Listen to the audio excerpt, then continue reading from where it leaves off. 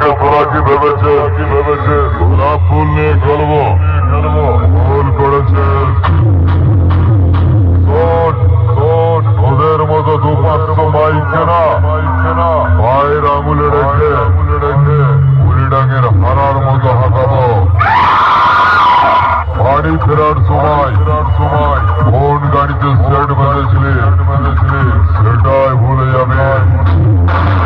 আমাকে চিনিস তো আমি খেপি মায়ের ভক্ত।